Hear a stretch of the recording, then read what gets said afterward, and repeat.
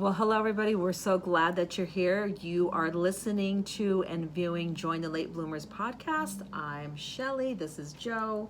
Say what you want to say. I'm her husband. She's my I'm his wife. wife. It's been quite a journey. No, just kidding. Go We are the Late Bloomers. Here we are in a flower shop.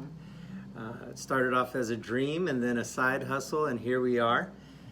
I'm working for my wife nowadays and getting ready to launch a coffee house here in the flower shop.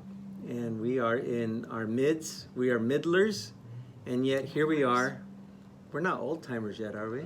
I don't know. Middlers. We're not seniors. We're middlers. We're not middlers. middle teenagers. age. We're middlers. Teenagers. We're teenagers. So that's fun.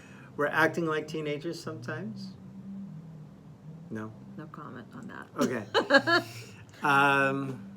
And here we are starting a business later in life, and the whole point of this podcast is to talk to those of you that are doing the same thing. Maybe you're starting something later in life because you've always had a dream. You know, it's always been a side hustle of yours or a hobby, and now you're at the point that you want to do something more with it. Or you were, you were forced to change. Like, for example, the whole COVID shutdown. Not only you were forced to leave your job, maybe you had to leave your career altogether. Or this is a fresh start for you. And nothing wrong with being a late bloomer. No, there's not. In fact, my saying is, it's better to be a late bloomer than to never bloom at all. Sounds terrific. I'll work on that. I'll massage that, make it sound a little... We just thought it was appropriate because we did start our dream later in life, and also how appropriate and fitting it that we have a flower shop and we're talking about blooming. So that's kind of a little play on words there for you. Yes. So what we'll do is, this is our first episode, and we plan to make more episodes to encourage you, and also, as we go along, provide some resource for those of you that are trying to get into business and just don't know where to start. So I say, in my mind, the purpose of this podcast is to bring encouragement and hope to those of you out there that feel like you've let that dream or that passion of what you really wanted to do just kind of fall by the wayside, and that there is no hope. But we are a testament to the fact that there is definitely hope as long as you're still alive and breathing. It's never too late to get started on what you are desiring. I didn't mean to look distracted, but My tea is done, Steve. Your tea is done. The timer went off on the watch here. But I agree. Yeah, you might have put a dream, kind of put it in the back burner. Like, for example, my wife, Shelly, was in school for interior design, and we had twins, and so that kind of throws a wrench in your plans. So. Yeah, at least definitely. I took about a 4-year. What do you call that? Hiatus? Not hiatus, but like detour. Yeah. So you're on a certain path and you think everything's going great, and then all of a sudden you go this way and the path is this way. So let's kind of get on that. Go forward with that. You went to school to be an interior designer. We had the twins, or you had the twins. I just helped with that. And, here they're 15 now. Wow. But you eventually started making flowers for people. So it started off for me in high school, which was many, many years ago. At the time, they actually offered like an ROP class on campus that had to do with floral design and arranging. And I remember being in that class, and I was so irritated because... You knew better than the teacher. God bless the teacher that we had. It was the same materials that we used day in and day out. And I begged her, can we please use something else besides these same flowers and these same fillers and these same greeneries? And she said no, so I wasn't happy about that. And she wasn't nice sometimes, I will say that. She got a little irritated when it came to bow making. I don't know if any of you have ever made a bow before. It is hard. And the way my mind works is I use both sides of my brain, so I don't know, like, and then taping. Oh my gosh, taping was hard. I didn't know, like, which hand to use to guide the tape with. And she had some really choice words for me about how not smart I was when it came to these things. So I'm saying all that for a reason, because it doesn't matter if someone's telling you in a roundabout way. She was basically telling me, you suck and you're never going to be good at this. That's really what she was saying. I just remember bringing my arrangements home, and I was thoroughly disgusted with them because I'm like, these are crap ingredients anyway. And my sister, my oldest sister at the time, she's the one that was like, these are really cute. And I'm like, oh, these are gross. So I had some encouragement from somebody, so that was good. But I'm here to tell you and to encourage you, if you don't have anyone encouraging you and you know that it's something that you really desire, keep at it. And find the people and surround yourself with the people that are going to encourage you. Yes.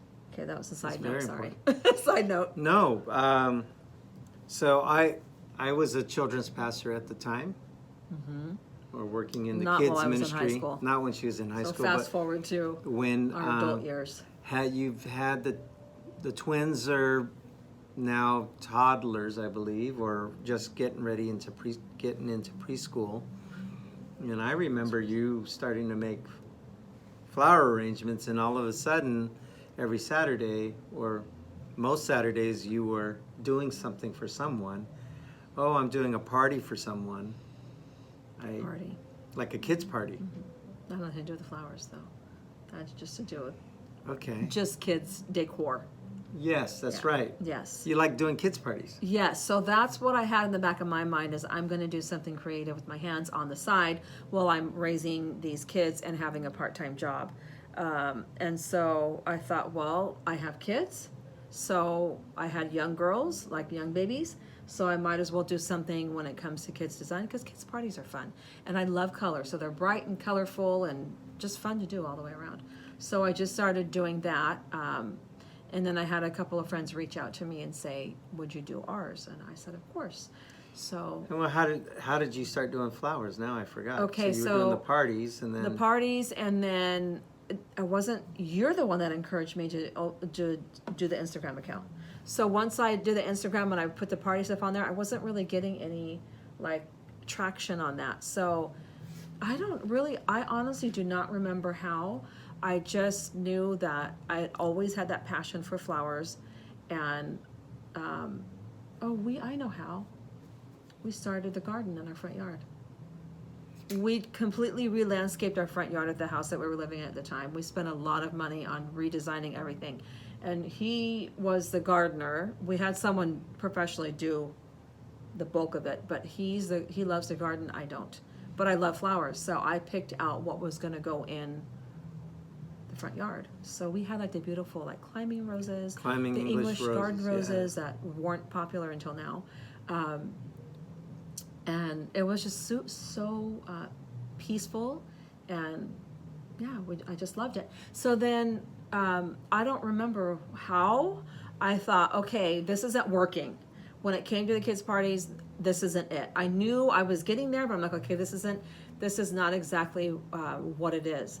And then I must have been following a couple of people on Instagram. So I started a floral designer. So I thought, you know what, I actually have always loved doing flowers, and I love flowers. I was telling you, I know the names of flowers just because I've always loved them. So I remember you doing some workshops. Yeah, I did a few workshops. You even flew to the East Coast. Oh yeah, yep. I was able to do like a 4-day workshop with some really the best of the best in the floral industry. And then you got a call to do to be part of an online. No, what happened is, it's so weird the way things happen. The job that I was working at, I actually had to have surgery. And so I was out. I thought I was only going to be out for like a day or two. And they're like, no, this is probably a week-long recovery.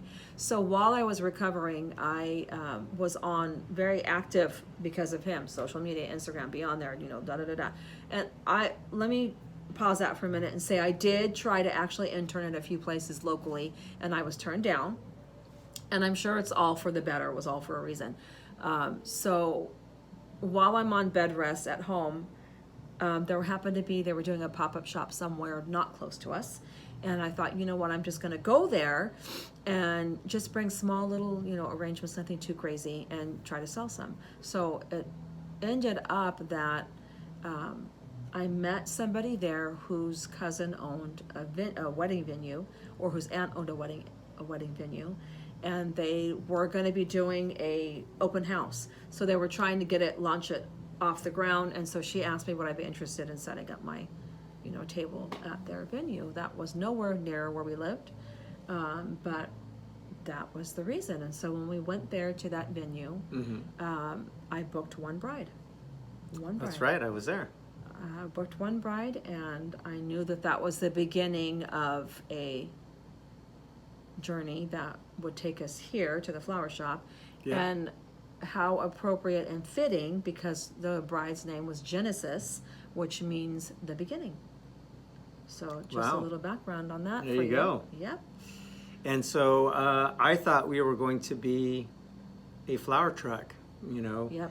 Here we are still at the Hence height. the name Here Come the Blooms. Yeah. So Here Come he the- thought we're gonna just take this truck around, You'll see like a the- cute little ice cream truck that we would redo, and we would take it to farmers markets and all the little date night spots next to the Kogi trucks or whatever we thought we were gonna do. We'd follow the food trucks, Just didn't happen and that way. with the name Here Come the Blooms, I thought that was clever. But this opportunity to have this shop, which is literally 10 minutes, a 10-minute drive from our house. And so we got this shop. We got the shop. And here we are selling flowers Here from a retail flower shop, which is actually a dying breed. It is a dying breed. The- So to the- all of you other flower shops out there, if you're listening, hats off to you. Hang in there. We can do this. Yes. We can make it exciting again. So we'll talk more about this journey in other episodes and how There's a lot more to it. I joined my wife, I joined Shelly full-time doing this. You can drink it. No, it's really hot. It's not Oh. ready yet. I'll pour my mouth on the screen. And so we'd love for this podcast to grow as we do more episodes and find some guest speakers who are good at what they do. We want to not only encourage you, but at some point equip you to launch your business. Whoa. Yeah. We'll tell you everything we did wrong. We can definitely do that. We did a lot wrong, so we can tell you what not to do for sure. And we have maybe a handful of things that we did right, so we can share those with you as well. So that'll be it for our first episode. Thank you for joining the Late It's fun, Bloomers. it's fun. We can do this together. If you are on our social media, please, wherever you're watching this video, comment below so we know who you are. We want to say hi. Sounds good. Can't wait to meet again. Bye. Maybe Bye. once a week. Okay. Bye. Okay.